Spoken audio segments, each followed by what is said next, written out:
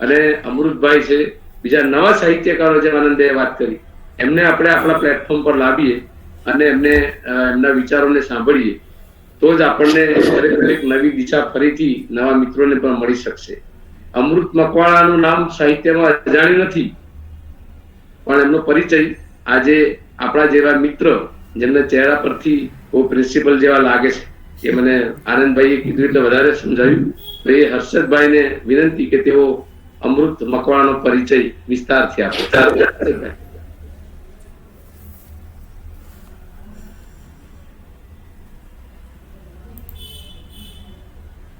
હર્ષદભાઈ. હા, જય ભીમ. મિત્રોને જેવો લાગવો એવો લાગે, મને કઈ વાંધો નથી. આજે સમ્યક સર્જક સંવાદ શ્રેણી અંતર્ગત મિત્ર અમૃત મકવાણાના સર્જક તરીકે પરિચય આપવાની જે તક આપી છે એ બદલ હું આરંભે આપ સૌનો આભાર માની અને મારી વાત શરૂ કરું છું. અમૃત મકવાણા એટલે પોતીકી શૈલી અને ભાવ વિશ્વ સાથે સાહિત્યમાં નવી ભોંય કંડારનાર વાર્તાકાર. એમણે ખારાપાટ વિસ્તારના દલિત સમાજ જીવનને પ્રથમવાર એ વાર્તામાં શબ્દસ્થ કર્યું છે. દલિત સમાજના સામાજિક વાસ્તવને રજૂ કરવા માટેની એની પાસે આગવી ફાવટ છે. પરિવેશ અને પાત્રોને અસરકારક રીતે આલેખન કરવાનું સામર્થ્ય ધરાવે છે. એની વાર્તાઓ એ 40 ડિગ્રી તાપમાં કાલા વીણવાની મજૂરી કરતા કરતા કે શિયાળાની કડકડતી ઠંડીમાં જીરાને પાણી પીવડાવતા પીવડાવતા વેરાન વગડે એના ભીતરને સંકોર્યું છે અને આ વાર્તાઓ લખાઈ છે. નથી એને કલાની ખેવના કે નથી એને મોટો સર્જક થવાની કોઈ અભરખા. એને તો માત્ર નિસ્બત છે દલિત સમાજના જીવાતા જીવનને શબ્દદેહ આપવાની. તે કલાના માપદંડથી ઊણી ઉતરે એની એને ફિકર નથી. પૂરી નિષ્ઠા અને નિસ્બત સાથે પ્રતિબદ્ધતાથી દલિત સમાજ જીવનના વાસ્તવને એણે સાહિત્ય દ્વારા પ્રગટ કરતા રહ્યા છે. અમદાવાદ જિલ્લાના માંડલ તાલુકાનું નાનકડું ગામ એટલે નવા ગામ અને સામાન્ય પરિવારમાં આ સર્જકનું બાળપણ એ ખૂબ મોટા આર્થિક અભાવોમાં વીત્યું છે. ગ્રામ જીવનનો એને જાત અનુભવ છે. પોતાની આસપાસ વસતા સમાજને એને ખૂબ ઝીણવટથી જોયો છે. આમ ગામડાની ભોંયે એના સર્જકત્વને ઘડવામાં ખૂબ મોટો ભાગ ભજવ્યો છે. જો કે ઉચ્ચ અભ્યાસ માટે વિરમગામ અને પછીથી અમદાવાદ જેવા શહેરમાં એને વસવાનું થયું. ભાગ્ય પર જીવતા ગામડાની માનસિકતામાંથી ઉચ્ચ અભ્યાસે એને ઉગાર્યો. ગૌતમ બુદ્ધ, બાબા સાહેબ, ફૂલે, સાહુજી મહારાજ, કાશીરામ, દલિત અને લલિત સાહિત્યનો સ્પર્શ એને શહેરમાં થયો. ગાંધીજી સ્થાપિત ગુજરાત વિદ્યાપીઠમાં એમએના અભ્યાસ દરમિયાન દલિત કવિ કાંતિલાલ મકવાણા કાતિલ સાથે કરોબો થયો. અંતર્મનમાં ગરબાયેલો વલવલાટ ધીરે ધીરે કવિતા, લઘુકથા અને પછીથી વાર્તાના સ્વરૂપમાં પ્રગટ થતો ગયો. કવિ ચંદ્રકાંત શેઠ અને ચીનુ મોદી જેવા ગુરુજનોએ એની સર્જકતાને બળ આપ્યું. તો અમે સાક્ષી છીએ કે સાહિત્ય પરિષદ અને સાહિત્યના કાર્યક્રમોએ એ એની સર્જકતાને ઘાટ આપ્યો છે. ઉચ્ચ અભ્યાસ બાદ કારકિર્દીની ગાડી એની પાટે તો ચડી. શરૂઆતમાં ગુજરાત વિદ્યાપીઠ સ્થાપિત સાદરા ખાતે ગુજરાતીના મુલાકાતી અધ્યાપક તરીકે જોડાયા. પણ ત્યારબાદ બીએડ, પીટીસી વગેરે જેવી શૈક્ષણિક સંસ્થાઓમાં એણે અધ્યાપન કાર્ય કર્યું. પણ નિયતિને કંઈક જુદું જ નિર્ધારિત કર્યું હશે અને એની જિંદગીએ વળાંક લીધો. બધું જ છોડીને જાહેર જીવનમાં ઝંપલાવ્યું. સમાજ સેવાનો ભેખ લઈને પ્રતિબદ્ધતા સાથે પોતાનું સામાજિક ઉત્તરદાયિત્વ એ હાલમાં નિભાવે છે. તેમણે દલિત સાહિત્ય ક્ષેત્રે લિસોટો નામે પ્રથમ વાર્તા સંગ્રહ 2013માં આપ્યો. ત્યારબાદ ખારાપાટનું દલિત લોક સાહિત્ય નામે સંશોધન સંપાદનનો એક ગ્રંથ 2015માં આપ્યો અને શિક્ષણના પાંગરતા પુષ્પોનું હૃદયાનુભૂતિ નામે એક સંપાદન પણ આપ્યું છે. આમ કુલ 3 પુસ્તકો એમણે આપ્યા છે. આ ઉપરાંત હું જેનો સાક્ષી છું એવા કેટલાક ગીતો અને લઘુકથાઓ આપી છે. અને એમએના અભ્યાસ દરમિયાન ખારા પાટના લોક કવિઓનું સંશોધન સંપાદનનું કાર્ય પણ અમૃતે કર્યું છે. ગુજરાતી દલિત સાહિત્યના આકાશમાં એમણે લીસોટા નામે એકમાત્ર વાર્તા સંગ્રહ આપીને પણ આગલી હરોળના દલિત વાર્તાકારોમાં તેઓ સ્થાન પામ્યા છે. આ સંગ્રહની પ્રસ્તાવનામાં તેમણે લખ્યું છે, મારે તો આક્રોશ અને વિદ્રોહના મૂળમાં પડેલી સળગતી સવારની વાત કહેવી છે. સમાજ રચનાના ઓઠા તળે વેઠિયા અને ઉપેક્ષિત બનેલા અધમુઆઓની આહ કહેવી છે. મારે જે કહેવું છે, ગાવું છે, એમાં જો કલા તત્વ અવરોધક બને તો મારે એવા કલાકાર નથી થવું. આવી પાકી સામાજિક નિસ્બત ધરાવતા સર્જક ના વાર્તા સંગ્રહના પોંખડા જોસેફ દાદાએ કર્યા છે. અને જોસેફ દાદાએ આવકારતા લખ્યું છે, સાચ નીતરવામાં ભાઈ અમૃત મને મારા ગોત્રનો જ વસ્યો છે. ભલે આ વાર્તાઓ રહી, એમાં ઝીલાઈ રહેલું સાચું જીવતર અવતર્યું છે. માત્ર જોસેફ દાદા નહીં, પ્રેમજી પટેલ જેવા વિવેચકે પણ દલિત સાહિત્યમાં એક તેજ લીસોટો કહીને આ સર્જકના વાર્તા સંગ્રહની નોંધ લીધી છે. આ ઉપરાંત નરેશ શુક્લ જેવા વિવેચકે પણ એમના લીસોટો વાર્તા સંગ્રહના ઓવારણા લીધા છે. આ લીસોટો વાર્તા સંગ્રહની વેઠ વાર્તા એ વાર્તાલોક, નિસ્બત, ગુજરાતી દલિત ટૂંકી વાર્તાઓ વગેરે જેવા દલિત વાર્તાના સંપાદનોમાં સ્થાન પામી છે. એટલું જ નહીં, ગુજરાતના સીમાડાઓ બહાર અનુવાદિત થઈને આ વાર્તા ભારતીય દલિત સાહિત્યની વાર્તાઓમાં પણ સ્થાન પામી છે. ભાઈ અમૃત મકવાણાને દલિત સાહિત્ય અકાદમી દ્વારા શ્રેષ્ઠ વાર્તા સંગ્રહ માટે 2009માં પુરસ્કાર પ્રાપ્ત થયો છે. તો ગુજરાત સરકારનો પ્રતિષ્ઠિત દાસી જીવન એવોર્ડ 2013માં એમને મળ્યો છે. જો કે ઉનાની ઘટના બાદ તેમણે આ એવોર્ડ સરકારને પરત કરીને પોતાની સામાજિક નિસ્બતનો પરિચય કરાવ્યો છે, જેની નોંધ દેશ અને દુનિયાના મીડિયા જગતે લીધી છે. જીવાતા જીવનને સાહિત્યમાં આલખવાની કોઠાસૂઝ અને સંવેદનાને શબ્દસ્થ કરવાનો કસબ એ મારી દ્રષ્ટિએ વાર્તાકાર અમૃત મકવાણાનો એ આગવો વિશેષ છે. જીવનના અભાવોને એમણે ક્યારેય પોતાના પર હાવી થવા દીધા નથી. જીવતરને જેવું છે તેવું સ્વીકારીને એણે શણગાર્યું છે. જિંદગી જ્યારે અવનવા વળાંક લે છે, ત્યારે ગમે તેવો સંવેદનશીલ સર્જક હોય એની સર્જકતામાં ઓટ આવે, કંઈક એવું જ અમૃતની કલમના કિસ્સામાં બનવા પામ્યું હોવાનું મને લાગે છે. નખશીખ પ્રતિબદ્ધ દલિત સર્જક, હાડોહાડ સમાજ સેવક, બીજાના માટે જતું કરનારો, જાત ઘસનારો, બુદ્ધ અને બાબા સાહેબના ચીલે ચાલનારો અને જોસેફ દાદાના ગોત્રના આ સર્જકની સર્જકતા પુનઃ મોહરે અને નવા સંગ્રહ દ્વારા દલિત સાહિત્યના આકાશમાં ચમકે એવી અપેક્ષા અને ખોબો ભરીને શુભકામનાઓ સાથે જય ભીમ, નમો બુદ્ધ. આભાર હર્ષદભાઈ.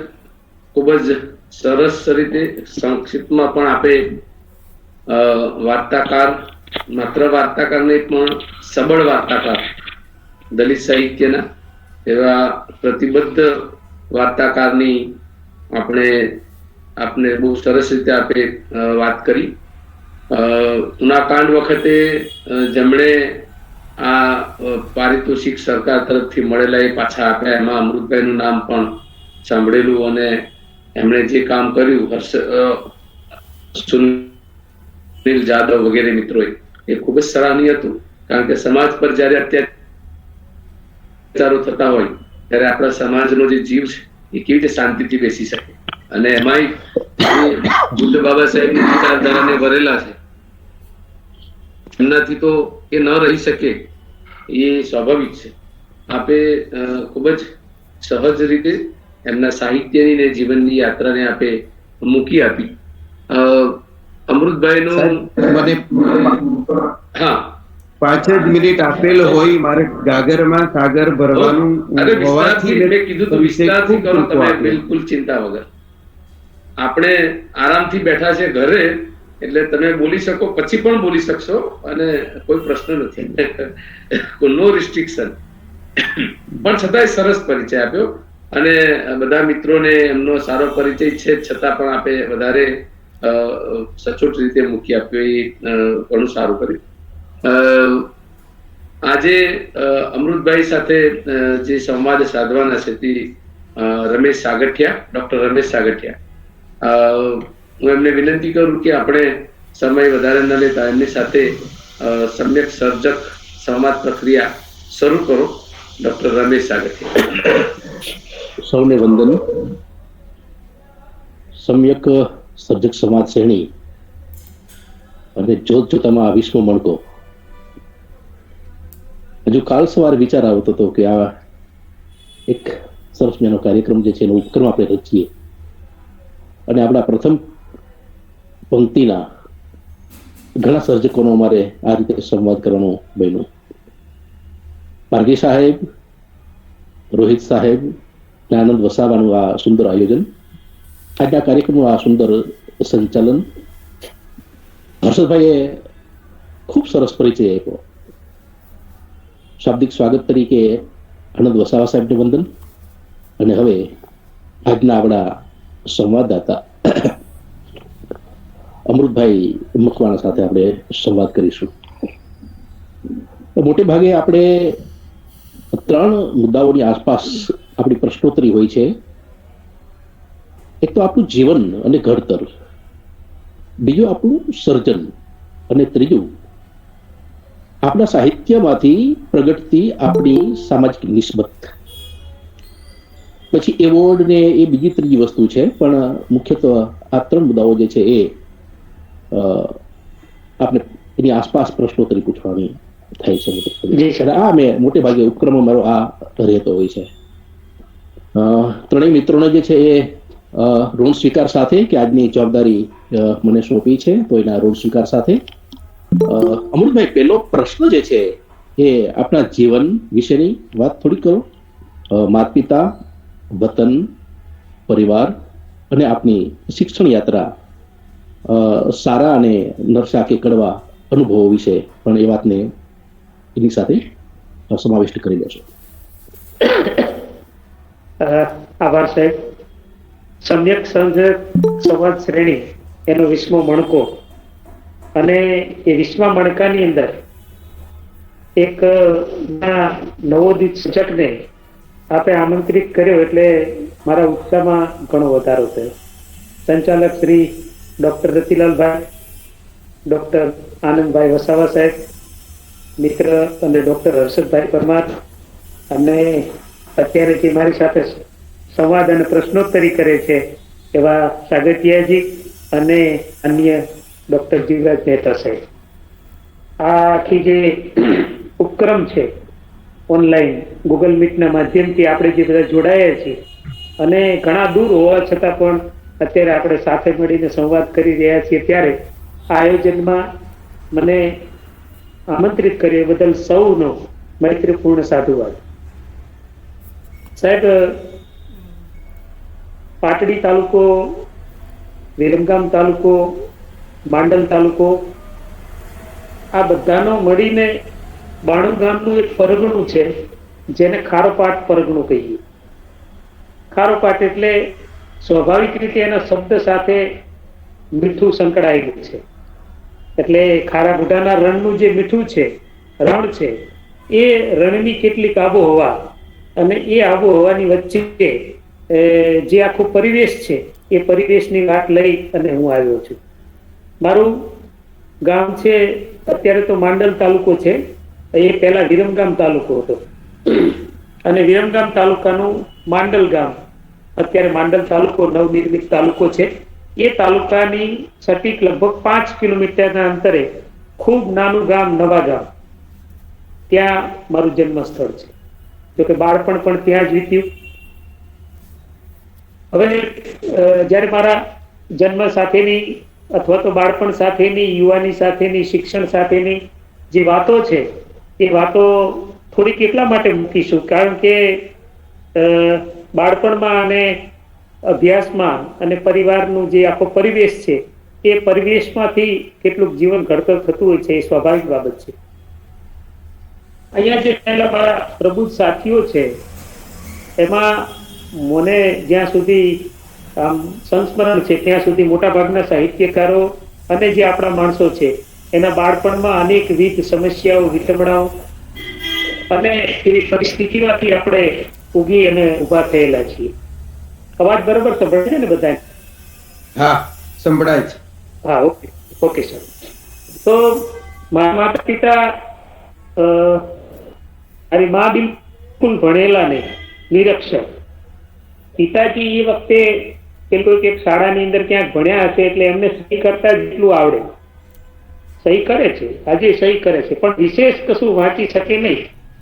પણ અંતે તો ખેત મજૂર, અમારે ત્યાં પટેલ આરામમાં પટેલોની વસ્તી ઓછી છે, પણ નાડોદા રાજપૂત સમાજની વસ્તી વધારે છે, ઓબીસીની વસ્તી પણ વધારે. અને અમારા તો કેટલા 30-35 જેટલા ખોરડા, અને એમાંથી માત્ર 2 કુટુંબ એવા હતા કે જેની પાસે થોડી થોડી જમીન હતી. બાકી તો આખો મહેલો સાહેબ હાથ બાવડાની મજૂરી ઉપર નભતો. અને એ પરિવારમાં મારો જન્મ થયો. જન્મતાની સાથે આખું જે ગ્રામ્ય પરિવેશ હતું એ ગ્રામ્ય પરિવેશની અંદર ઉછેર થયો.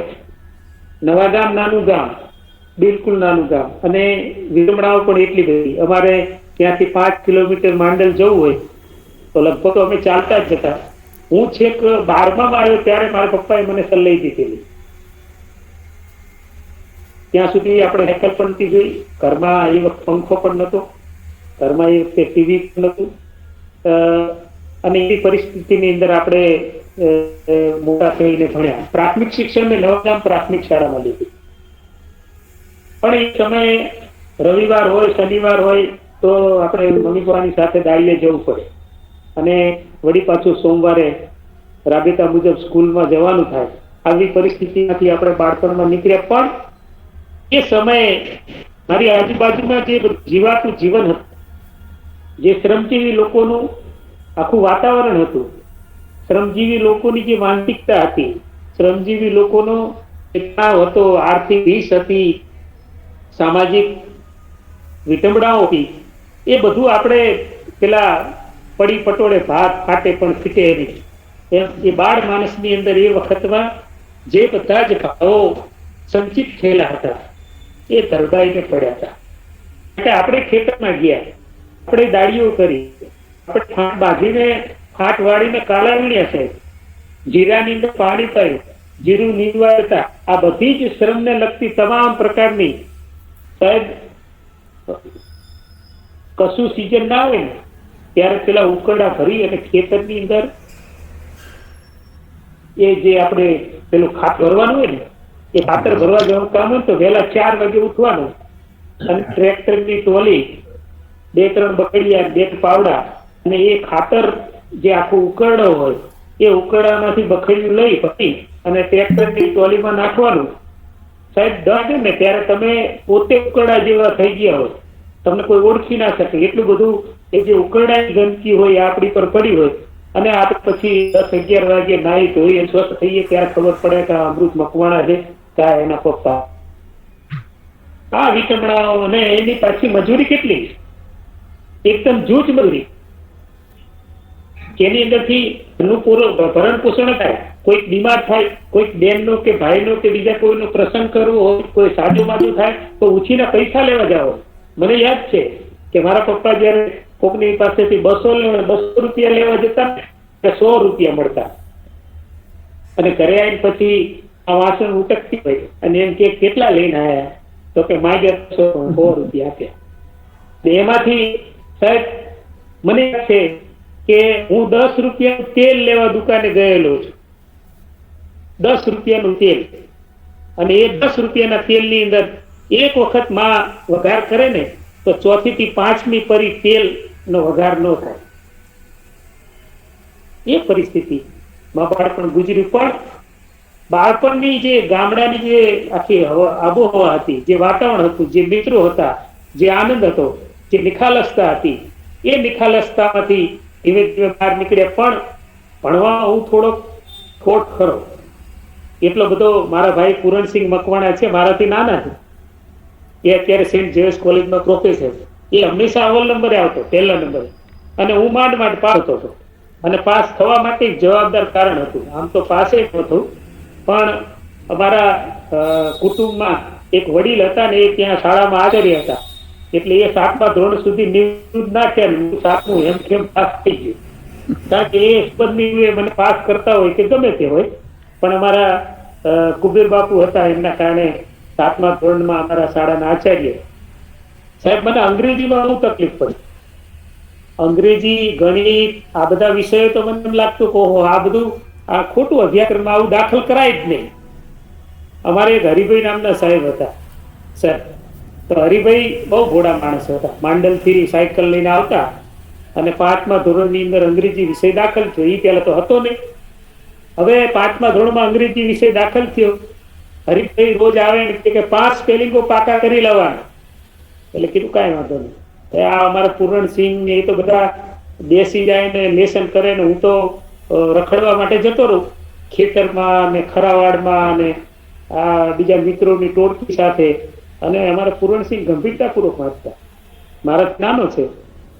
હવે હરિભાઈ એટલા બધા ઘોડા કે સ્કૂલમાં આવે અને વર્ગ શિક્ષક ગણો તો આખો દિવસ વર્ગમાં એક જ રહે, એમાં કઈ પીરિયડ આવે નહીં. સાંજ સુધી 5 વાગ્યા સુધી એક જ માસ્તર અને બધા શિક્ષક.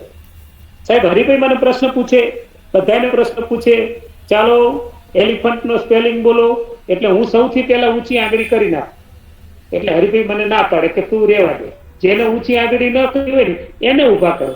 તો મને એમાં ફાવટ આવી ગઈ, એ પણ સ્પેલિંગ કરવાનું નહીં. અને હરિભાઈ ગમે સ્પેલિંગ પૂછે, આપણે પહેલી ઊંચી આંગળી કરવા, જે વાર નહીં કરવાની થાય.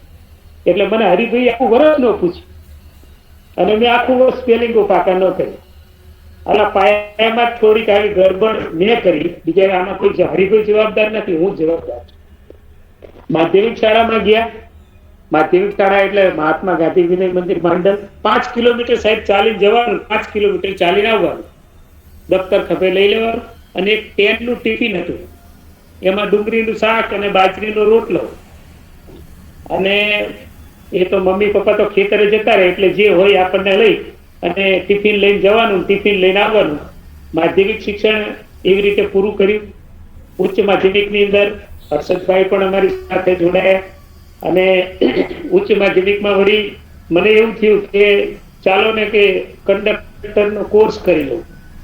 એમાં 3 ફર્સ્ટ ડિવિઝનના સર્ટિફિકેટ મેળવવા માટે મેં કંડક્ટરનો કોર્સ કર્યો.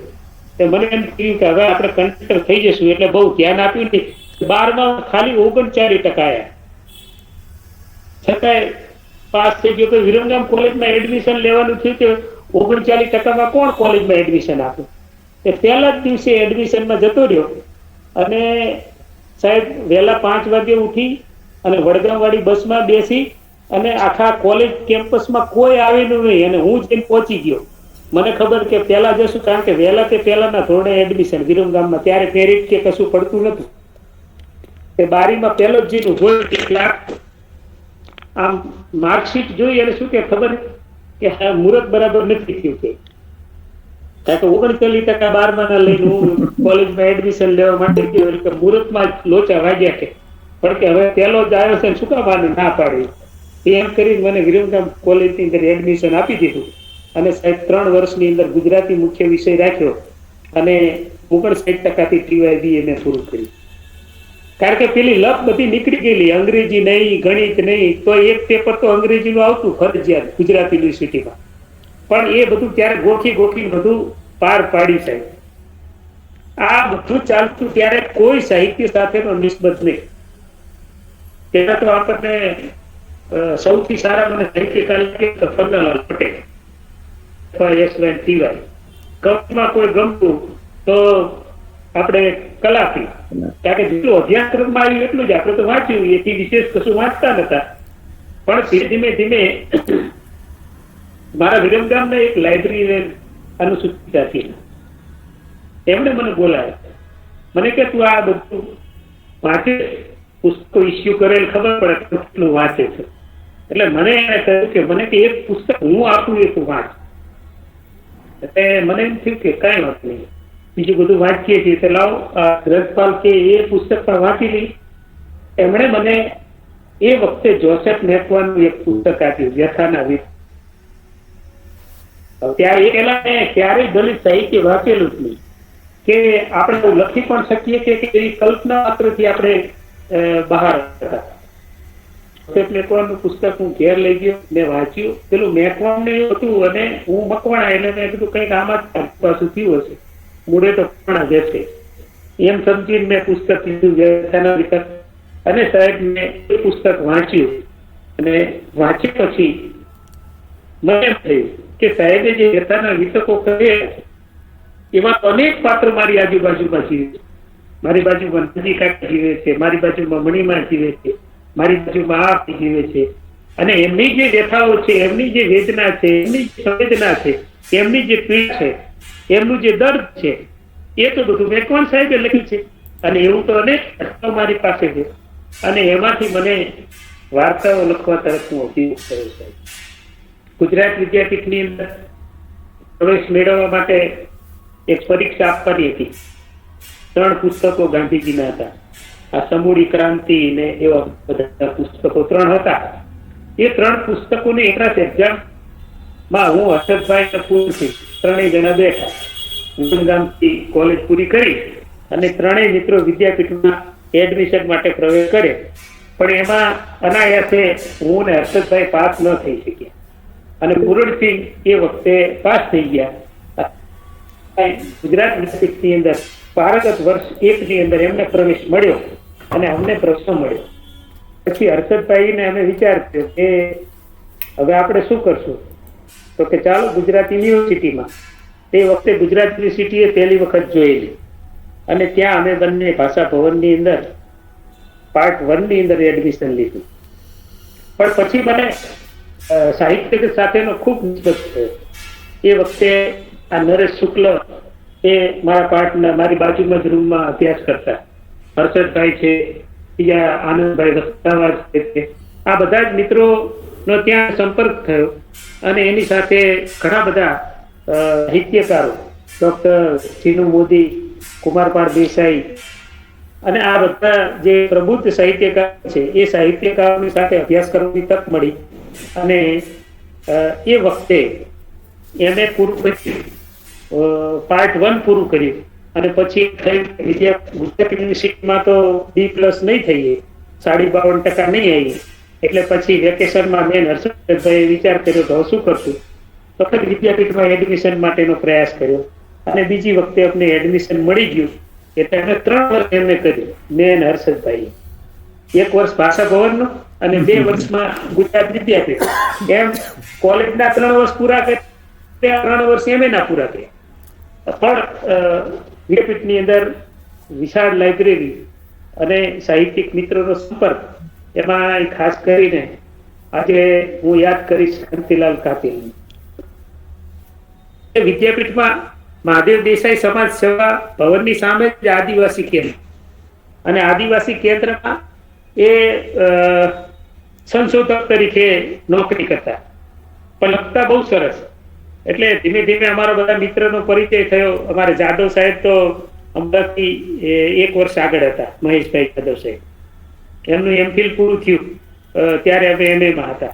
અને એમને જેવું એમફિલ પૂરું થયું તરત જ મહેશભાઈને પ્રાધ્યાપક તરીકેની નોકરી મળી ગઈ સાદરા ખાતે. એટલે મહેશભાઈ સાથે અમે સતત સંપર્કમાં રહેતા. કાંતિલાલ કાતિલ એને મારામાંથી સર્જને બેઠો એમ કહીશ તો ચાલશે. ત્યારે હું લખતો બધું, પણ એટલું બધું કઈ જે સાફ સુથરું અથવા કલાત્મક રીતે કઈ એવું નહોતો લખી શકતો. કાંતિલાલ કાતિલે મને મઠાડ્યો કે દોસ્ત, વાર્તા આ રીતે લખાય, વાર્તાના આટલા ઘટક તત્વો આવે. અને એમાંય મને કહ્યું કે જો આ મોહન પરમારની વાર્તાઓ વાંચી લે, આ વાર્તાઓ વાંચી લે, આ વાર્તાઓ વાંચી લે. અને ત્યારે ગુજરાત વિદ્યાપીઠની લાઇબ્રેરીમાં બેઠા બેઠા લગભગ દલિત સાહિત્ય વાર્તાકારો મેં વાંચ્યા. એમાંથી વાર્તાકાર તરીકેનો મારો પિંડ બંધાણ એને પૂરું કર્યું. પછી હર્ષદભાઈને એક જગ્યાએ પ્રાઇવેટ નોકરી મળી ગઈ, પૂરણસિંહને સેન્ટ ઝેવિયર્સમાં નોકરી મળી ગઈ. જાદવ સાહેબ તો વિદ્યાપીઠમાં થઈ ગયા હતા. અમારા આનંદભાઈ વસાવા સાહેબને પણ બધાને નોકરી મળી ગઈ. સમયાંતરે હું નોકરીથી વંચિત થઈ ગયો. એટલે એને પૂરું કર્યા પછી લગભગ હું 2 વર્ષ ઘરે બેઠો નવા ગામની અંદર. પછી તો કામ ચાલુ કરી નાખ્યું, લગ્ન થઈ ગયા, ખેતર વળી પાછી મજૂરી કરવાનું ચાલુ કર્યું. પણ એ બધાની વચ્ચે કાલા મિલતા ખેતર પર કામ કરતા કરતા રોજ રાત્રે નવલિકા લખો, નવલિકાનો પિંડ બંધાય અને કેરો પાત્રો ખાલી મારા ગામની અંદર જે પાત્રો છે ને એના મેં ખાલી નામ જ બદલ્યા છે. અને મને ખબર હોય કે મેં નાનજી બાપા કેરેક્ટરમાં કઈ વાતને મૂકી છે, કયું કેરેક્ટર છે, અને એ હું રોજ જોતો કે કેવી રીતે વ્યવહાર કરે છે, કેવી રીતે બોલે છે, કેવી રીતે આખું સંઘર્ષમય જીવન જીવે છે. એટલું જ મેં જીવાતા જે મારી આજુબાજુના પાત્રો ને એ પાત્રો જ લીધા. ઘટનાને મેં કંડારી છે, નો ડાઉટ. ઘટનાઓ ને કંડારવી પડે, એને એને આની અંદર વિભાજિત કરવી પડે, અને વાતનું જે સ્વરૂપ છે એ સ્વરૂપ મેં મારા આજુબાજુના જીવાતા જે પાત્રો રહ્યા એને મઠારવાનો પ્રયત્ન કર્યો. અને એવી રીતે એક નાના ગામડામાં લઈ અને વાર્તા સંગ્રહ પ્રગટ કરવાનું થયું. ત્યારે લગભગ મારી પાસે 20 જે વાર્તાઓ હતી. પછી મેં કાંતિલાલને આપી, મકવાણા સાહેબ. મેં કીધું કાતિલ જોવો તમે વાર્તાઓ કેવી છે. એટલે મને કે બહુ સરસ છે વાર્તાઓ. તો મેં કીધું આની અંદર તો મેં પેલું ઢોર ચીરતા હોય ને શેકેલી બોટી ને આવું બધું લખ્યું તે ચાલે કીધું. એટલે મને કે બધું ચાલે, રાખતું તારે વાસ્તવિક જ રાખો, રિયાલિટી દેખાવી જોઈએ. પણ મેં કીધું આ લોકો બધા વાંચશે તો કેવું કહેશે. એટલે કે ના ના તું ચિંતા ન કર. એમ કરીને કાંતિલાલ કાતિલને બધી વાર્તાઓ આપી. સૌથી પહેલા તો અમે ગાંધીનગર ગયા, હરીશ મંગલમ સાહેબને મળ્યા અને એમની સામે મેં ફાઇલ મૂકી. મેં સાહેબ વાર્તાઓ લખી છે અને પ્રસ્તાવના લખવાની છે તમારે. એટલે કે સારું મૂકો ફાઇલ. ત્યારે એમને કંઈક સારા હોદ્દા ઉપર હતા ગાંધીનગરમાં, પણ સમયની અનુકૂળતાએ એમને મને પ્રસ્તાવના લખવામાં ઘણું મોડું થયું. પછી મેં કહ્યું કે કાતિલને કહ્યું, મેં કામ કરો ને, તમારે કઈ જોસેફ મેવાન જોડે સંપર્કો ખરા? એટલે કે હા, મારી પાસે તો એકદમ લાઈવ સંપર્કો છે. અને એને કાંતિલાલ કાતિલે વિદ્યાપીઠનું જે ટેબલ હતું, ટેબલ ઉપર એક ટેલિફોનનું ડબલું હતું અને કાતિલે વાત કરી.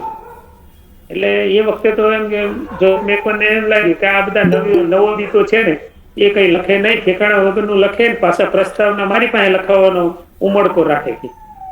એટલે શું કર્યું કે બાવા બોલ્યા તો હિન્દી બોલ્યા કે છૂટકા કે લાવ કે મેં ફોન લઈ લીધો, ચાલુ ફોન. મેં કીધું દાદા, વ્યથાના વિતક વાંચ્યા પછી મેં લખવાની શરૂઆત કરી છે અને 20 જેટલી વાર્તાઓ મેં લખી છે. જો તમે પ્રસ્તાવના લખવાના હોય તો પ્રગટ કરવું છે, નહીતર કઈ આપણે કઈ એવો હરખ કે મોખ નથી કે સાહિત્યકાર થઈ જાય. મને કે આને તું રવિવાર લઈને મારા ઘરે આવી. અમે ગયા દાદા પાસે, એક નાઈટ મને ત્યાં રાખ્યો અને એક રાતમાં એમને બધી વાર્તાઓ વાંચી નાખી. પછી બીજી રાત મને રાખી કે હવે હવે હવે હું તને પ્રસ્તાવના રૂબરૂ લખી દઉં, લઈને જ જાય. અને મારે જે જોસેફ દાદા જોડે 2 દિવસ મારે સતત એમની સાથે રહેવાનું થયું. મારી રૂબરૂમાં પ્રસ્તાવના લખી સાહેબ, એક વાર્તા વિશે પછી એ ટિપ્પણી કરતા જાય ને પ્રસ્તાવના લખતા જાય. એટલે એ વખતે પાછા પુસ્તક પ્રગટ કરવાના પૈસા નહીં. અમદાવાદમાં તપાસ કરી કે 10-15 હજાર રૂપિયા થાય કાતિલ કે. તો મેં કીધું એટલા બધા પૈસા ક્યાં લાવવા, બીજી જોડ કપડા લાવવાના ઠેકાણા નથી, તમે 10-15 હજારનું પુસ્તક ક્યાંથી કીધું પ્રગટ કરવું. તો પછી એ સમય ગાળા દરમિયાન નરસિંહ ભગત છાત્રાલયમાં મિત્રોનો સંપર્ક થયો અને એમણે મને કહ્યું, મને કે ફકીરભાઈ વાઘેલા મિનિસ્ટર છે, નવી યોજના બહાર પડી, જે દલિત સાહિત્યકારોને નવોદિતોને પુસ્તક લખવું હોય એને પુસ્તક પ્રકાશન માટે સહાય આપે છે. તો એમાં ફોર્મ ભરી દીધું. ફકીરભાઈને રૂબરૂ મળી આવ્યા. ત્યારે ફકીરભાઈ 60 દસડા વિધાનસભાના મત વિસ્તારના ધારાસભ્ય હતા ને એમાંથી એ સમાજ કલ્યાણ મંત્રી બન્યા. એટલે અમારું પાટડીનું ને માંડલનું એવું આવે તો ફકીરભાઈ લગભગ કોઈ દી સાચા ખોટામાં ના નતા પાડતા, કરી દેતા. તે ફકીરભાઈને પ્રતાપે એ પુસ્તક પ્રકાશનની સહાય મળી અને પુસ્તક પ્રગટ થયું. પુસ્તક પ્રગટ થયા પછી બીજું પુસ્તક મને ખારાપાટનું દલિત લોક સાહિત્યનું મેં સંપાદન કર્યું. ચંદ્રકાંત શેઠે એમાં મને એક ડિઝર્ટેશન આપેલું, નિબંધ. એટલે બીજા બધા મિત્રોએ બીજું કામ કર્યું. મેં કે તું શું કરીશ સંશોધન? મેં કીધું મારા ખારાપાટનું જે દલિત લોક સાહિત્ય છે એનું મારે સંપાદન કરવું છે, સંશોધન કરવું છે. તો એના માટે મને 15 દિવસની વિદ્યાપીઠમાંથી રજા આપી અને ગામડે ગામડે ફર્યો, લોક કવિઓને મળ્યો, આપણી બહેનોને મળ્યો અને એ બધાને મળી અને સંપાદન સંશોધન કરી અને પછી સમયાંતરે મેં એના પુસ્તકમાં રૂપાંતર કર્યું. પછી દાસી જીવન માટે સાહિત્યના દાસી જીવન એવોર્ડ માટેની જાહેરાત કરી. અત્યારે તો મોટા ભાગ સાહિત્યકારોના સંપર્કમાં આવી ગયેલો. ઘણી બધા સામાયિકોમાં મારી વાર્તાઓ પ્રગટ થતી હતી અને વાર્તાઓ પ્રગટ થતી ત્યારે ખૂબ આનંદ થતો હતો. એટલે એવી રીતે હું આગળ વધ્યો. પછી એમાં દાસી જીવન એવોર્ડ માટે મેં દરખાસ્ત કરી. એ દરખાસ્ત મારી મંજૂર થઈ અને 2014નો રાજ્ય સરકારનો દાસી જીવન એવોર્ડ મને મળ્યો. એ પહેલા મને સાહિત્ય અકાદમીમાંથી શ્રીમતી લીલાવતી મહેતા એવોર્ડ 2009 એ પણ મને મળ્યો. પણ 2017ની અંદર ઉના અમાનવીય અત્યાચારની ઘટના બની અને અત્યારે જે ધારાસભ્ય છે એ માનનીય નવસાદભાઈ સોલંકી મારા પરમ મિત્ર, અને એ વખતે એમને મને કહ્યું કે ચાલો આપણે ઉના જઈએ, આવું બન્યું છે. અમે ઉના ગયા. સૌથી પહેલા લગભગ અમે પહોંચ્યા. જો કે જુનાગઢના મિત્રો ઘણા બધા ત્યાં હતા, પણ આ બાજુની અમારા વિસ્તારમાંથી અમે પહોંચવા વાળા લગભગ પહેલા હતા. ત્યાં ગયા અને એમના પરિવાર સાથે સભટિયાળાની અંદર 2 દિવસ રોકાણા. એ દિવસે તો બધા હોસ્પિટલમાં દાખલ હતા, 2 હોસ્પિટલોમાં જુદી જુદી જગ્યાએ દાખલ હતા. અમે મળ્યા અને એ વખતે મને જે સંવેદના પ્રગટી કે જો આપણે પ્રતિબદ્ધ દલિત સાહિત્યકાર હોઈએ તો આપણે આ જે લટકણિયા છે એ રાજ્ય સરકારે આપણને બહુમાનિત કર્યા છે અને જેની વેદના અને સંવેદના આપણે લખીએ છીએ, એને વાચા આપીએ છીએ, એને કંડારીએ છીએ અને એ સમાજ ઉપર જ્યારે અત્યાચાર થાય ત્યારે એ આપણા ઘરની શોભામાં અભિવૃદ્ધિ કરે એ નહીં ચાલે. એટલે મેં રાજ્ય સરકારને એવોર્ડ પરત કર્યો અને એવોર્ડ પરત કર્યા પછી દિનેશ મેવાણી સાહેબે મને ઉનાની અંદર કોઈક બોમ્બેના મોટા ડાયરેક્ટર હતા, તો એ ઇનામની રકમ પણ મને એમને પરત આપી.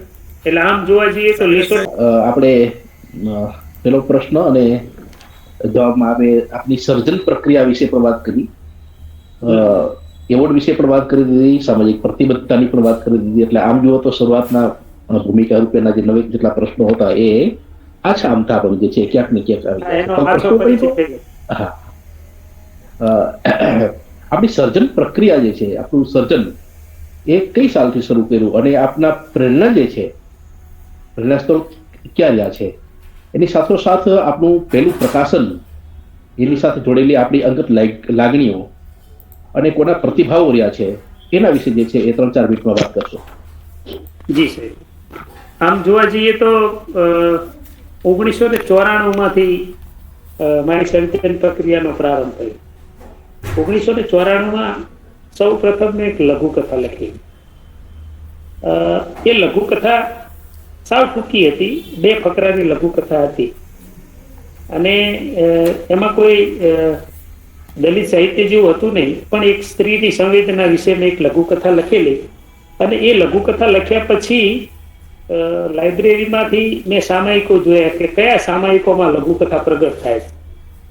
એટલે સ્ત્રી જીવન નામનું એક સામાયિક હતું, કોઈ વાંચતું હોય કે ના વાંચતું હોય પણ અમારી લાઇબ્રેરીમાં આવતું. એટલે એનું એડ્રેસ લીધું, એડ્રેસ લઈને પછી સારા અક્ષરે લઘુકથા લખી.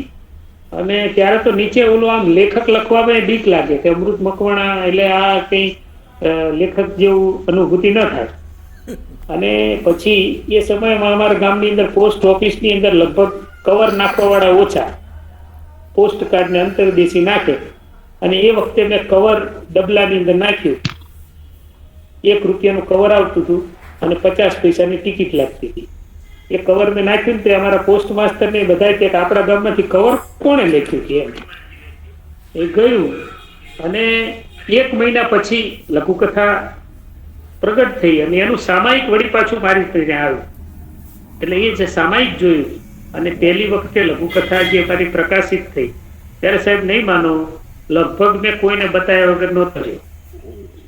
બધાને સામાયિક બતાવ્યું કે જો એનું નીચે નામ છપાયેલું ને, હા કે આ અમૃત મકવાણા, હું નીચે મારું નામ અંડરલાઈન કરી જો આ વાર્તા માં જ છે. એટલે એ વખતે આવી સંવેદના થયેલી પણ પછી તો ધીમે ધીમે લગભગ સામાયિકોની અંદર આવી રીતે મૂકતો ગયો.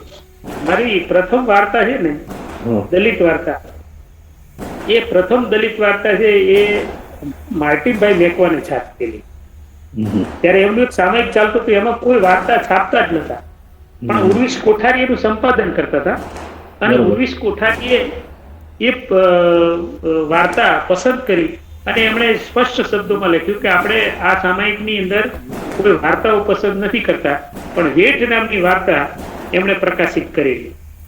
એટલે આવી રીતે શરૂઆતમાં વેઠથી શરૂઆત થઈ. વેઠ વાર્તા મારી સૌથી પહેલી પ્રકાશિત થઈ છે દલિત સાહિત્યમાં. આપણું પહેલું પુસ્તક જે છે એ કઈ સાલમાં અને એના પ્રતિભાવો આપને કેવા મળ્યા, અને એની સાથોસાથ આપને કયા સ્વરૂપ સાથે વિશેષ રુચિ રહી છે, એની 2-5 મિનિટમાં વાત કરશો. જી સાહેબ, મારું પહેલું પુસ્તક 2001 ની અંદર 2001 ની અંદર પ્રગટ થયું. લિસોટો વાર્તા સંગ્રહ, એમાં 12-13 વાર્તાઓ પસંદ કરી અને એ આખી પ્રકાશિત મેં કરેલું. એ જે પહેલું પ્રકાશન છે મારું, એ પહેલું પ્રકાશનમાં મને કલ્પના જ નહોતી કે આપણું પુસ્તક આવી રીતે પ્રગટ થાય. પણ કાંતિલાલ કાતિલે મને ખૂબ સહયોગ આપ્યો. જો કાંતિલાલ કાતિલે મને પ્રોત્સાહિત ન કર્યો તો હું કદાચ પુસ્તક પ્રગટ કરવાના એમ માનતો હતો કે આપણે હેસિયત બહારની વાત છે, આપણે પુસ્તક પ્રગટ ન કરી શકીએ અને વાર્તાઓ આપણે આવી રીતે સામાયિકોમાં મોકલીએ. અને મૂળ પરિસ્થિતિ તો સાહેબ પેલી આર્થિક જ હતી કે પુસ્તક પ્રકાશન કરવું એટલે કોને મળવું, કોને આપવું, એનું તમને કહું અનુક્રમણિકા કેવી રીતે લખવી, પેલું પાન કેવી રીતે લખવું, આ બધી વિશેની જે મને મૂળભૂત સમજ છે કાંતિલાલ કાતિલે આપી. અને એમને મને આખું એનું જે પુસ્તક કેવી રીતે પ્રગટ કરવું એની તમામ, કારણ કે પ્રેસ સાથે કોઈ સંબંધ નતો, કોની પાસે છપાવવા જવું, ક્યાં કરવું. એટલે અને પાછું પેલી સરકારી ગ્રાન્ટ હતી અનુસૂચિત જાતિ સામાજિક ન્યાય અને અધિકારીતા વિભાગની, એટલે એમાં સ્પષ્ટ લખેલું કે ખાનગી પ્રકાશનમાં જ છપાવવાનું, એમાં બીજા કોઈ પ્રકાશનની અંદર છપાવી ન શકતા. એટલે ખાનગી પ્રકાશન, એટલે અમે ખૂબ અમદાવાદની અંદર આશ્રમ રોડ પર દોડા કરતા અને પેલું પાનું ટાઈપ કરવાના કોણ ઓછા પૈસા લે એના માટે અમે દોડતા. પછી કાંતિલાલ કાતિલે એક પ્રકાશન વાળાને શોધ્યા અને એવી રીતે આખું પુસ્તક અમારું 2001 ની અંદર પ્રગટ કર્યું. હાલો, હા બોલો. તમે કવિતા, લઘુકથાઓ, વાર્તા, સંશોધન અને સંપાદન, આવું વિવિધ જે છે એના પર આપની કલમ ચાલી છે જે છે. જી સર. તો આ બધામાં આપની કોઈ વિશેષ રુચિ ક્યાં સ્વરૂપ તરફની? ટૂંકી વાર્તા એ મારું પ્રિય સાહિત્ય સ્વરૂપ લખવામાં રહ્યું છે. બરોબર. એનું કારણ એ કે સૌથી પહેલા ટૂંકી વાર્તાના સ્વરૂપને એટલા માટે પસંદ કર્યું કે આમ જોવા જાવ તો પન્નાલાલ પટેલ નો સૌથી પહેલો પ્રભાવ મારા સાહિત્ય જીવન ઉપર પડ્યો. પન્નાલાલ પટેલ વાંચ્યા અને એનો જે ગ્રામ્ય પરિવેશ જોયો અને એ બધા પાત્રોને મેં જોયા, પણ એ નવલકથાના ફોર્મમાં હતા. પણ જોસેફ દાદાને વાંચ્યા, હરીશભાઈ મંગલમને વાંચ્યા, મોહનભાઈ પરમારને વાંચ્યા, આપણા જે પ્રતિબદ્ધ દલિત સાહિત્યકારો છે એમને મેં જયારે વાંચ્યા અને ત્યાર પછી કેમ જાણે મને એમ થયું કે વાર્તા લખું. અને મેં વાર્તા લખવાની શરૂઆત એટલા માટે કરી કે એનું જે ટૂંકી વાર્તાનું ફોર્મ હતું એ ફોર્મ મારી સંવેદનાઓ સાથે જયારે સટીક હોય ને એવું મને લાગતું હતું. બસ કે આ વાર્તાના ફોર્મની અંદર જ હું મારી અભિવ્યક્તિને સરસ વાચા આપી શકીશ, એટલે મેં ટૂંકી વાર્તા ફોર્મ પસંદ કર્યું છે. સરસ. સર, 1980 પછીની જે ગુજરાતી ટૂંકી વાર્તાઓ જે નવો વળાંક લે છે અને એમાં જે છે એ ખાસ કરીને આપણી દલિત ચેતના અને નારી ચેતનાના સંદર્ભે જયારે વાર્તાઓ આપણને મળે છે ત્યારે એવા સીધો જ પ્રશ્ન એ આવે છે કે સમાજની સમસ્યાઓ અને એના તરફ જોડાયેલી આપણી સામાજિક નિસ્બત, આપ એને કઈ રીતે લેશો? જે ટૂંકી વાર્તા અથવા તો દલિત સાહિત્યની અંદર જે 1980 આમ જોવા જઈએ તો 80, 85 અને 84 એ આંદોલનમાંથી જન્મેલું આપણું સાહિત્ય. એ વખતે કદાચ કવિતાના સ્વરૂપ આરંભ કાળે વધારે પ્રબળતાથી રજૂ થઈ હતી, પણ જે ટૂંકી વાર્તાનું સ્વરૂપ આવે છે, તો ટૂંકી વાર્તાના સ્વરૂપમાં હું જેટલું જાણું છું એટલા માટે કે આમ જોવા જઈએ તો દલિત ટૂંકી વાર્તા છે ને, એમાં હજી 90% સમાજ દર્શન જ હોય એવું મને થોડુંક લાગે. એની જે અસ્મિતા પ્રગતિ જોઈએ, એમાંથી જે વિતો જમવો જોઈએ, અસમાનતા સામેનું જે જંગ આવવું જોઈએ, એ તત્વની ઉણપ આજે પણ એટલી દેખાય છે. 1980 પછીની વાત કરીએ, પણ કેટલાક વાર્તાકારો છે કે જે એ બાબતને લાવી શક્યા છે. હકીકતમાં તો એ છે કે વર્ષોથી જે આપણો બહિષ્કૃત સમાજ છે, બાબા સાહેબે બહિષ્કૃત સમાજ, ડિપ્રેસ્ડ ક્લાસ, જેને આપણે દલિતની ફોર્મમાં લઈએ છીએ, પણ બાબા સાહેબે તો ડિપ્રેસ્ડ શબ્દ રાખ્યો હતો. દબાયેલો, કચડાયેલો નહીં, કોકના દ્વારા દબાવવામાં આવેલો. આપણે કચડાયેલા કહીએ છીએ, હકીકતમાં તો કોકના દ્વારા કચડવામાં આવે છે, કોકના દ્વારા દબાવવામાં આવે છે. સમાજ વ્યવસ્થાના નામે, વર્ણ વ્યવસ્થાના નામે, અસમાનતાના નામે, કોકના નામે જે દબાયેલો છે, જે કોકના દ્વારા દબાયેલો છે, એ જે હજી ભાવ વિદ્રોહ વાર્તામાં પ્રગટવો જોઈએ, એમાં હજુ ક્યાંક ને ક્યાંક મને ઉણપ લાગતી હોય. 1980 પછીની આજની સુધીની વાત કરું, એ જે ઉણપ છે, માત્ર સામાજિક દર્શન થાય. અમારા નીરવ પટેલ તો કાંઈ કહેતા કે દલિત સાહિત્ય એ પેલો કચરો ઠાલવાનો ઉકેડો નથી એમ. એટલે એ તો આખો વ્યંગાત્મક રીતે નીરવભાઈ તો કહેતા હતા, પણ ક્યાંક ને ક્યાંક સમાજ દર્શન થાય છે. હજુ એનો જે અંદરનો દલિત સાહિત્યની જે આપણી અસ્મિતા છે, અથવા તો એનો જે પેલો વિદ્રોહ છે અસમાનતા સામેનો, અથવા તો સમાજ વ્યવસ્થાને બદલવા માટેનો આખું વ્યવસ્થા પરિવર્તનનું જે કામ છે, એ વ્યવસ્થા પરિવર્તનનું કામમાં દલિત સાહિત્ય મુખર રીતે હજુ આમ પ્રગતિને બહાર નથી આવી, એવું મારું અંગત મત છે. સરસ, ખૂબ સરસ. આજ સુધીમાં આપના કેટલા પુસ્તકો અને કયા સ્વરૂપની આસપાસ રહ્યા, અને એની કોઈ સમીક્ષા કોઈ કરી હોય, કોઈ વિવેચના કરી હોય, કોઈ સંશોધનના સંદર્ભ તરીકે લીધું હોય, તો એ વાતને સહિત કહેશો. અત્યાર સુધીના કુલ મારા 3 પુસ્તકો પ્રગટ થયા છે. એ પૈકીનું સૌથી પહેલું લિસોટો દલિત વાર્તા સંગ્રહ, બીજું મારું પુસ્તક છે ખારાપાટનું દલિત લોક સાહિત્ય સંપાદન અને સંશોધન છે, અને ત્રીજું પાંગરતા પુષ્પોની હૃદયાનુભૂતિ શિક્ષણ જગતમાં. એ હું પીટીસી કોલેજનો 10 વર્ષ આચાર્ય રહ્યો સેલ્ફ ફાઇનાન્સમાં, અને દીકરીઓની કોલેજ હતી. એટલે એ વખતે જે પેલી શિક્ષણ જગતની અંદર પાંગરતી પ્રતિભાવ હોય, એની જે વાતો અને સંવેદનાઓ છે, એને શૈક્ષણિક હેતુ માટે સંપાદન કરેલું છે. સૌથી મારી વિવેચના સૌથી વધારે થઈ હોય તો એ લિસોટો વાર્તા સંગ્રહ. સરસ. નરેશ શુક્લે શબ્દ સૃષ્ટિની અંદર પુસ્તક પરિચય રૂપે એને પ્રગટ કરી, અને ક્યાંક ક્યાંક એમને મને ટપાડ્યો, ક્યાંક ક્યાંક ટીકા પણ કરી. કેટલીક વાતો જો દોહરાતી હોય એવી બાબતો પણ એમને વિવેચનામાં મારી સામે મૂકી. એ પછી તો ગુજરાતી સાહિત્યના જે દલિત વાર્તા સંગ્રહ છે, એ મોટા ભાગના જે સંપાદન થયા, એ સંપાદનની અંદર સ્થાન વધારે પામ્યું. અને ખાસ કરીને પેલા પટેલ સાહેબે એમના એક વિવેચનના પુસ્તકમાં લીધું, અને લગભગ જેટલા પણ ગુજરાતી દલિત સાહિત્યના વિવેચનના પુસ્તકો છે, એમાં ક્યાં ને ક્યાંક 1-2 લીટી અથવા તો એકાદ ફકરો મારા વિશે લખેલો હોય છે. બહુ હજુ વિવેચન થયું નથી, પણ એકંદરે લગભગ શબ્દ સૃષ્ટિ છે કે એવા બધા સામાયિકોની અંદર આ લિસોટા વાર્તા સંગ્રહ ઉપર વિવેચન થયું છે. અને મોટી વિવેચના તો સાહેબ જોસેફ મેકવાને પ્રસ્તાવના લખી છે, એટલે એનાથી ઉપરની વિશિષ્ટ કોઈ વિવેચના આજ સુધી થઈ. બરોબર, ખૂબ સરસ. સાહિત્યની સાથે જોડાયેલા છે એના ચોક્કસ ઉદ્દેશો, જેને કે પ્રયોજનો. તો આપ જ્યારે સાહિત્યનું સર્જન કરો છો, ત્યારે આપના સાહિત્ય સર્જનમાં કયા પ્રકારની સામાજિક પ્રતિબદ્ધતાને અમે જોઈ શકીએ?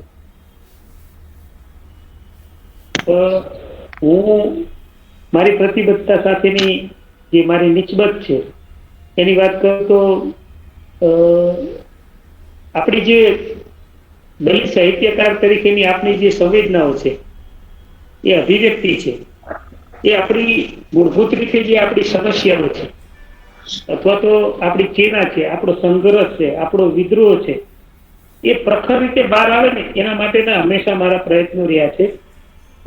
ખાસ કરીને આખું જે વર્ગવિહીન સમાજ રચના હોય, શોષણ મુક્ત સમાજ હોય, અને એ જે બાબતો છે એ નાનપણથી મારા મગજની અંદર ઘર કરી ગયેલી કે આ બધું જે છે એ કંઈક પરિવર્તન થવું જોઈએ. અસમાનતા છે, અસમાનતાના પાયા ઉપર ઉભેલી જે વ્યવસ્થા છે એ વ્યવસ્થા પરિવર્તન થવું જોઈએ. એના માટે સંપૂર્ણ માણસ તરીકેનો અનુસૂચિત જાતિનો સ્વીકાર થાય એ માટેનો એક મગજની અંદર ભાવ રહેલો કે આપણો સંપૂર્ણ સ્વીકાર કેમ નથી થતો. નહીં તો આપણે તો અહીંયા આપણે તો નરસિંહ મહેતાનું પેલું પદ વાંચેલું ને કે કયું પેલું પદ હતું કે પેલું આખરે તો સોનું એ સોનું જ હોય છે. ઘાટ ઘડિયા પછી નામ હા, ઘાટ ઘડિયા પછી નામ રૂપ જુજવા અંતે તો એમનું એમ હોય. અને અંતે તો એમનું એમ જ હોય. તો અંતે તો એમ હોય તો આપણો કઈ સ્વીકાર નથી થતો. સાહેબ તમને નહીં ખબર હોય, આજે પણ ગામડાની પરિસ્થિતિમાં મારું ગામ છે અને આઝાદીના આટલા વર્ષો થયા પછી પણ અમૃત મકવાણા રામજી મંદિરમાં પ્રવેશ નથી કરી શકતા. બરોબર. હજુ મારો માણસ તરીકેનો સ્વીકાર નથી, સંપૂર્ણ મારો સ્વીકાર નથી. હા, મારી સાથે વાત કરે, મારી સાથે જમે, મારી સાથે બોલે છે, પણ અમૃત મકવાણાનો આજે પણ સંપૂર્ણ મનુષ્ય તરીકેનો સ્વીકાર નથી. અને આ વેદના, આ સંવેદના કેમ કરીને બહાર લાવી અને એક સમાજની અંદર એક આખી જે વાત છે એ પહોંચે એના માટેની એક પ્રતિબદ્ધતા થી હું હંમેશા એને કેન્દ્ર રાખીને એને વચ્ચે ઉભું રાખીને હું વાર્તાઓ લખું છું. સરસ. પણ સર, આપણે જે શિક્ષણને કેન્દ્રમાં રાખીને જે વાતનું પુસ્તક આપ્યું છે, શિક્ષક ક્ષેત્ર જ એ છે કે એ વિદ્રોહની વાત તો કરે જ, પણ સામે વિકલ્પ જે છે આપે, અને વિકલ્પના ભાગ તરીકે જે છે આપણે ત્યાં બુદ્ધ જે છે એને આપણે જોઈ શકીએ છીએ. ચાલો, આગળનો પ્રશ્ન જે છે એ સર, આપનું સાહિત્ય સર્જન જે છે એની સાથે આપણે અંદર લાઇબ્રેરીના પુસ્તકો, કેવા પ્રકારનું વાંચન આપણને ગમે છે એ, અને આપ જાહેર જીવનની સાથે પણ જોડાયેલા હશો જ ક્યાંક ને ક્યાંક, અને એના અનુભવને પણ એની સાથે બની લેશો. જી સર. આમ ખાસ કરીએ તો બહુ નવી વાસ્તવિકતા કહું તો નવી વાસ્તવિકતા એ હતી કે જાહેર જીવન અને રાજકીય ક્ષેત્ર આ બેમાં પ્રવેશવા માટે સૌથી પહેલા તો મારી પાસે મોકળાશ હતી કે મને ક્યાંય નોકરી મળી નહીં. આ કડવી અને નવી વાસ્તવિકતા. પછી એવા ગાળા દરમિયાન એવું થયું કે માન્યવર કાશીરામ સાહેબના ને વાંચવાનું થયું. માન્યવર કાશીરામ સાહેબને વાંચ્યા, એ પછી આપણા મહાપુરુષોના પુસ્તકો વાંચ્યા. આ જયારે લિસોટો વાર્તા સંગ્રહ પ્રકાશિત થઈ ગયા એ પહેલા પણ આ બધું વાંચનમાં આવેલું, પણ ધીમે ધીમે હું બામસેફની પ્રવૃત્તિ સાથે જોડાયો. સુરેન્દ્રનગર મારે નિવાસ કરવાનો થયો તો સુરેન્દ્રનગરમાં બામસેફની ખૂબ પ્રવૃત્તિ ચાલતી હતી. એટલે બામસેફની અંદર હું જોડાયો. જોકે કર્મચારી જ જોડાતા, પણ એ વખતે બધા મિત્રો એવા હતા કે મને કે અમૃતભાઈ તમે આવો અને બામસેફની પ્રવૃત્તિને થોડોક વેગ આપો. એટલે સૌથી પહેલા જ મારે બામસેફના લિટરેચર સાથે પરિચય થયો. એ પરિચય થયા પછી ખૂબ અંગત રીતે વામન મેશ્રામ સાહેબનું જે આખું મુવમેન્ટ છે એ વામન મેશ્રામ સાહેબના મુવમેન્ટની અંદર હું જોડાયો. અને વામન મેશ્રામ સાહેબના મુવમેન્ટમાં જોડાયા પછી લગભગ સુરેન્દ્રનગરની અંદર કોઈ એવું આંદોલન બાકી નહીં હોય કે જેમાં મેં નેતૃત્વ ન કર્યું. ઇવન ઈવીએમના વિરોધની અંદર પણ લગભગ 100-150 જેટલા આંદોલનો કર્યા, અને તમામ આંદોલનોના આજે પણ મારી પાસે મીડિયાના પ્રૂફો છે. ટીવી ડિબેટ પણ ઘણી વખત કરી છે. સાથે સાથે આર્થિક આધાર ઉપર જે અનાજ આપવામાં આવે એના વિરોધની અંદર મેં લગભગ 50 ગામોની અંદર સભાઓ કરી અને એક બહુ મોટી રેલી સુરેન્દ્રનગરની અંદર કરી અને ત્યાં અમે શક્તિ પ્રદર્શન કહેલું કે ભાઈ આર્થિક આધાર તો એનામાં આવી જે ખરેખર બંધારણ સામે એક આખું કલંકરૂપ ઘટના છે તે પણ અમે કરેલું.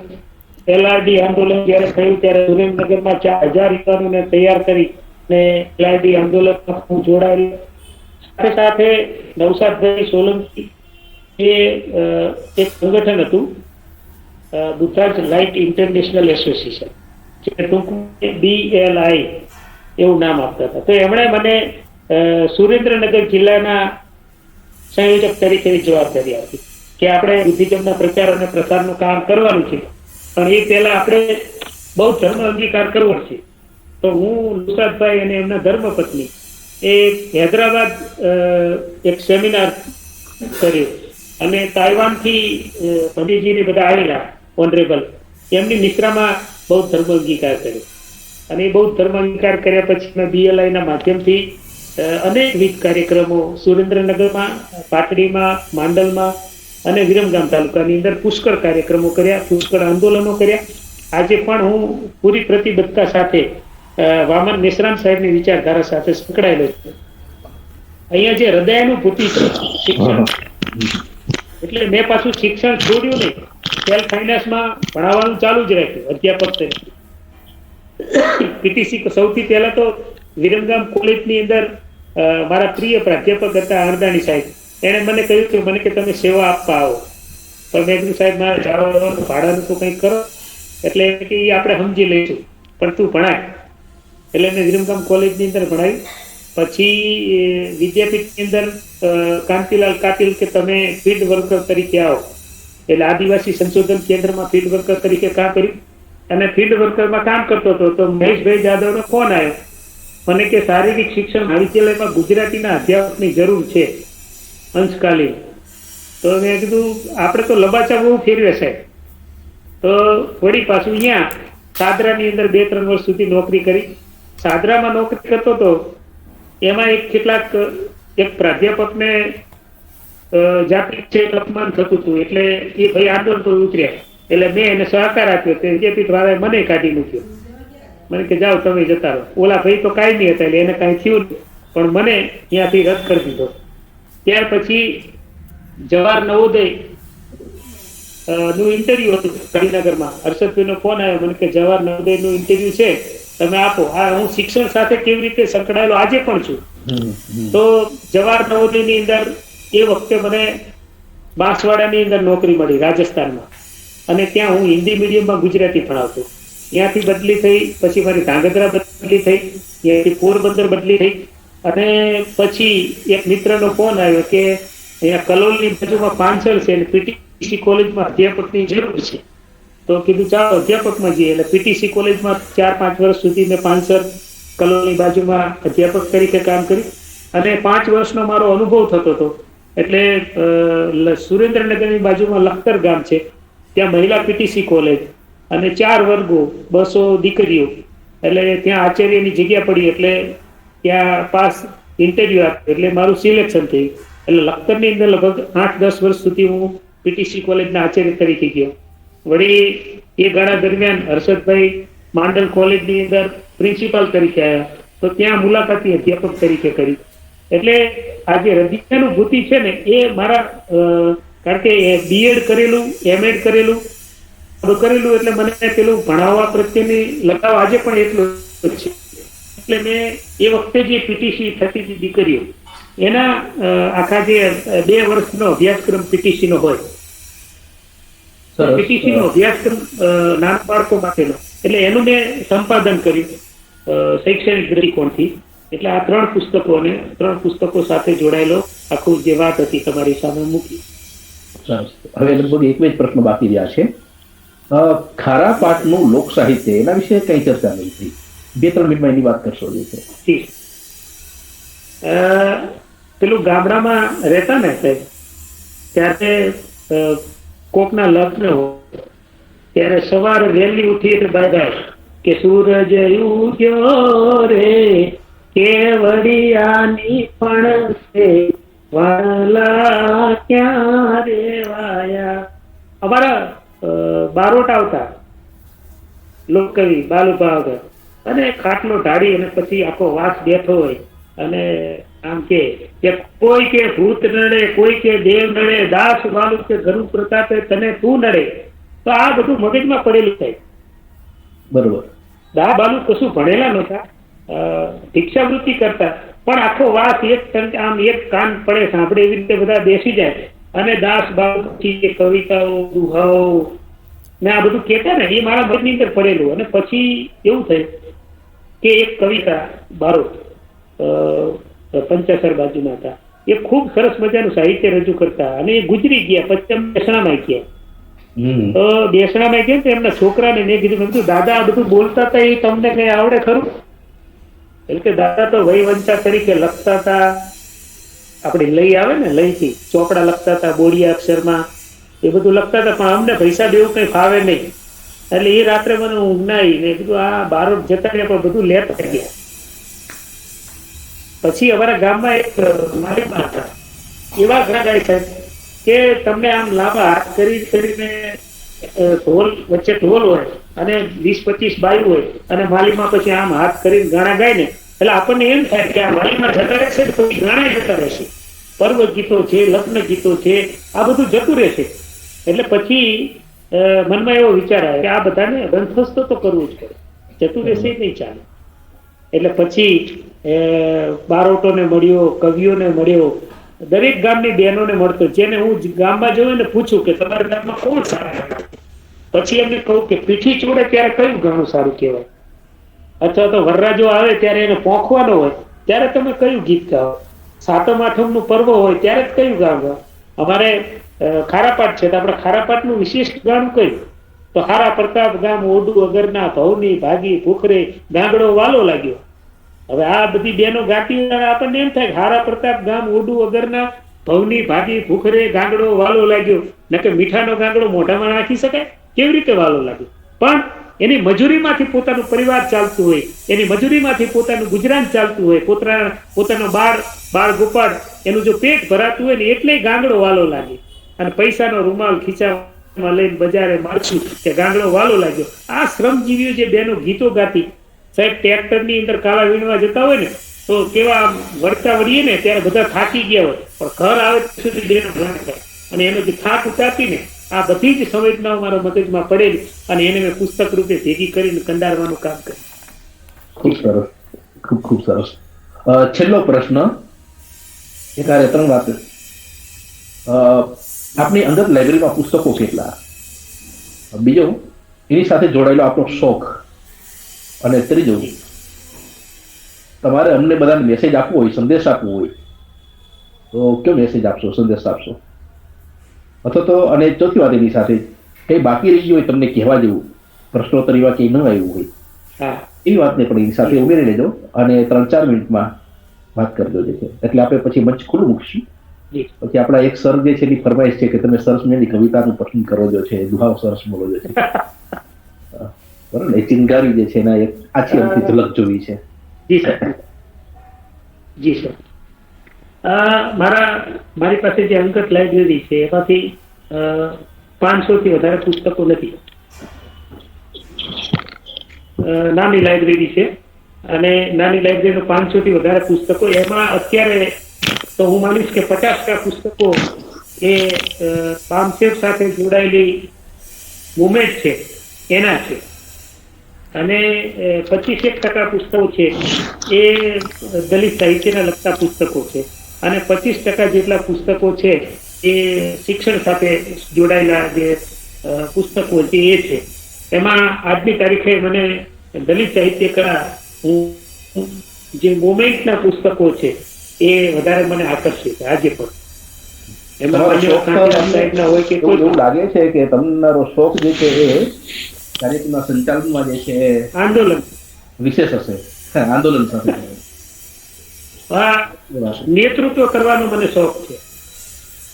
કોઈ પણ સામાજિક સમસ્યા બની હોય, આજે પણ સુરેન્દ્રનગરમાં કોઈ પણ ઘટના બને અનુસૂચિત જાતિની સંદર્ભની હોય અથવા તો આપણા જે લાભાર્થીઓ છે એને જે લાભ મળવાનો હોય ને ન મળે તો એના સંદર્ભમાં સૌથી પહેલો અવાજ અમૃત મકવાણા સુરેન્દ્રનગરમાં આજે પણ ઉઠાવે. અને એને તમે શોખ ગણો કે જે ગણો, પણ સાહિત્યનું જે સર્જન છે એમાં હું બહુ આળસુ લેખક છું. વર્ષમાં એક જ વાર્તા લખું છું. આખા વર્ષ દરમિયાન એક જ વાર્તા થાય અને 6-1 મહિના સુધી પડી રહે, વળી પાછી એને થોડીક મઠાડું, એને જોઉં, એટલે હવે એક બીજું પુસ્તક તૈયાર થાય એટલે વાર્તાઓ થઈ ગઈ છે. બીજું શોખ, બીજું શું તમે કહ્યું? ગ્રંથાલય, શોખ, પછી આપણી લાઇબ્રેરીમાં પુસ્તકો કેટલા, એ તો આપણે જવાબ આપી દીધો છે. શોખ પણ આવી ગયો. સંદેશ, હવે તમે અમને શું સંદેશ કહેવા માંગશો દલિત સાહિત્યકારોને? હા, દલિત સાહિત્યકારોને મને લાગે છે કે જે લોકો લખી શકે છે, જેની પાસે શિક્ષણ છે, જે લોકો આ બધી વાતોને પ્રખર રીતે મૂકી શકે છે, એ દલિત સમસ્યા વખતે પેલી વિધવાબાઈ જેમ ખૂણો પાડે ને, એ ખૂણો પાડે એનાથી મને ભારોભાર દુઃખ છે. દાખલા તરીકે ઉનાની ઘટના હોય, આર્થિક આધાર પર અનામત આપી હોય, અથવા તો જેટલા પણ દલિતો પરના અત્યાચારો થયા, આજે બંધારણ ખતરાની અંદર છે. આપણને બધી ખબર છે કે એક એક નિર્ણય બંધારણની વિરુદ્ધમાં લેવાય છે અને આપણી વિચારધારાને ખતમ કરવા માટેનો આખો કારસો ચાલી ગયો છે. ચારે બાજુથી એક મનુવાદી વ્યવસ્થા આવી થઈ ગઈ છે અને એવા સમયે વળી પછી તમે પાછા પેલા મનુવાદીઓના ખોળે બેસવાનો પ્રયત્ન કરતા હોય, આપણને એ જ પદ સારી લાગતી હોય, આપણે એ જ રઘુવીર ચૌધરી મીઠા લાગતા હોય, તો આપણું કોણ ગાશે? આપણી વાત કોણ કરશે? એટલે જયારે દલિત ની અસ્મિતા સામેના પ્રશ્નો આવે ત્યારે દલિત સાહિત્યકાર ખૂણો પકડી બેસી જાય, મૌન થઈ જાય અને એની કોઈ પ્રતિક્રિયા ન થાય, એ મારા માટે દુઃખદ છે. હું તો કહું છું કે સાહિત્યકારોએ વખતો વખત આવી જયારે સમસ્યાઓ થાય ત્યારે આપણે એક સંગઠન ભલે ન કરી શકીએ, પણ દલિત સાહિત્યનું પ્રતિનિધિત્વ કરી અને સાહિત્યકારોએ એની પ્રતિક્રિયા આપવી જોઈએ. આપણે કશું કરી ન શકીએ, એને બદલાવી ન શકીએ, પણ તમે બોલી તો શકો ને, પ્રતિક્રિયા તો આપી શકાય ને સાહેબ. મેં દલિત સાહિત્યકાર તરીકે એવોર્ડ પરત કર્યો ત્યારે મને ટીવી ડિબેટની અંદર કેટલાક આપણા સાહિત્યકાર કે આ તો સન્માનનું અપમાન કહેવાય છે. એટલે ભાઈ સન્માન કેના કારણે મળ્યું છે? જેની વેદના ને જેની સંવેદના આપણે વાચા આપી છે, એને કલાત્મક સ્વરૂપ આપ્યું છે, એની સામે જયારે પ્રશ્નાર્થ ઉભો થાય ત્યારે તમારે મૌન થઈ જવાનું. એવા એવોર્ડ રાખીને શું કરવા? એ 25,000 કે સન્માન પત્ર આપણા ઘરમાં રહેશે તો તેની શોભા નથી વધવાની, પણ એ વખતે તમારે પ્રતિક્રિયા આપવી જોઈએ. મારે તો એ જ કેવું છે કે દલિત સર્જકો અત્યારે ગુજરાતની અંદર કોઈ સાહિત્યકાર આપણે બધા ભેગા થઈ એમ કહ્યું કે એક દલિત સાહિત્યકારને રાજ્યસભાની અંદર નિમણૂક કરો. બધા કલાકારોને તકો મળે છે, સાહિત્યકારોને તકો મળે છે, બરાબર. કેમ એક ગુજરાતમાંથી સાહિત્યકારને રાજ્યસભામાં ન મૂકી શકાય? મૂકી શકાય. તો આ બધી બાબતો છે, એ બાબતોને આપણે ક્યાંક ને ક્યાંક રોડ ઉપર ઉતરવું પડે, ક્યાંક સંઘર્ષ કરવો પડે, ક્યાંક આંદોલનનું સ્વરૂપ ધારણ કરવું. નકરું પેલું વાંજિયા, અમારે ત્યાં એક વાઢી રાયણ હતી, એ રાયણ હતી બહુ મોટી, પણ એને પેલી રાયણ આવતી જ નહીં. તો આની ફલશ્રુતિ શું? આપણે લખીએ એની ફલશ્રુતિ શું? પ્રતિક્રિયા તો શું થતી? સાહિત્યકારોએ મિત્ર પ્રશ્ન છે જવાબ આપી દઉં. હા, બોલો બોલો. પણ કવિતાનું ખૂબ કાર્ય કરું છું. અમારા જે મોટા ભાગના કાર્યક્રમોમાં લોકો મને એટલે આમંત્રિત કરે છે કે તમે આવો, અને હું પઠન પણ કરું છું અને પણ આપું છું. તો 2-3 રચના છે એ તમારી સામે મૂકીશ. કે હંપ માટીએ અનિલ ચાવડાની રચના, અને અનિલ ચાવડા અમારા લખતરના કારેલા કવિ. કે માટીએ કર્યો તો ઈંટ થઈ, ઈંટનું ટોળું મળ્યું તો ભીત થઈ. કે હંપ માટીએ કર્યો તો ઈંટ થઈ અને ઈંટનું ટોળું મળ્યું તો ભીત થઈ. એટલે ભીતના તો પછી ક્યાંય લીક થઈ. કે હંપ માટીએ કર્યો તો ઈંટ થઈ, ઈંટનું ટોળું મળ્યું તો ભીત થઈ. એટલે કામ તો કાપી લીધા હતા, ભીતના તો પછી વાત ક્યાંથી લીક થઈ. અને કેટલું સારું હોય છે ઉડતા પંખીને, કોઈ ફિકર નહીં કઈ તારીખ થઈ, કે કોઈ ફિકર નહીં કઈ તારીખ થઈ. અને હું સેજ કડીની માફક ભૂલી ગઈ, એમના તમને તકલીફ થઈ. ચાવડા લખતર તાલુકા એમની એક રચના છે અને એક ખૂબ સરસ વાત કરી પછી મારી વાત. જી જી જી આભાર. કે કડવા હોય તો ચાખવા પડે સાહેબ, પ્રભુ સાથીઓ, કડવા હોય તો ચાખવા પડે અને અણગમતાને ભેડા રાખવા પડે. કે કડવા હોય તો ચાખવા પડે અને અણગમતાને ભેડા રાખવા પડે. એટલે સમયનો તકાજો છે, એમ કે સમયનો તકાજો છે કે કોઈ ઉઘાડો થાય ને પણ પોતાના હોય ને ઢાંકવા પડે. જય ભીમ, નમો બુદ્ધાય.